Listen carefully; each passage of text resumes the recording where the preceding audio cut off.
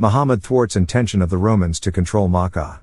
It is related that, about this time, a certain Usman ibn Hawarth, supported by Byzantine gold, made an attempt to convert the territory of Hijaz into a Roman dependency, but the attempt failed, chiefly through the instrumentality of Muhammad, kindness and generosity shown to the people. These are nearly all the public acts related by historians in which Muhammad took part in the first 15 years of his marriage to Khadija.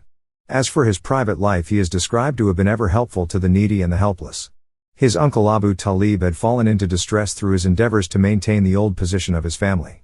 Muhammad, being rather rich at this time by his alliance with Khadija, tried to discharge part of the debt of gratitude and obligation which he owed to his uncle by undertaking the bringing up and education of his son Ali.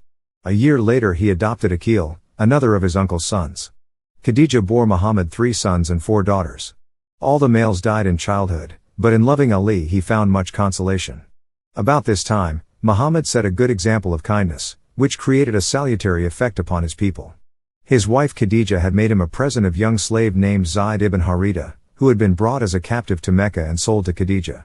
When Haritha heard that Muhammad possessed Zayd, he came to Mecca and offered a large sum for his ransom, whereupon Muhammad said, "Let Zayd come here, and if he chooses to go with you, take him without ransom, but if it be his choice to stay with me, why should I not keep him?" Zayd, being brought into Muhammad's presence, declared that he would stay with his master, who treated him as if he was his only son. Muhammad no sooner heard this than he took Zayd by the hand and led him to the black stone of Kaaba, where he publicly adopted him as his son, to which the father acquiesced and returned home well satisfied. Henceforward Zayd was called the son of Muhammad.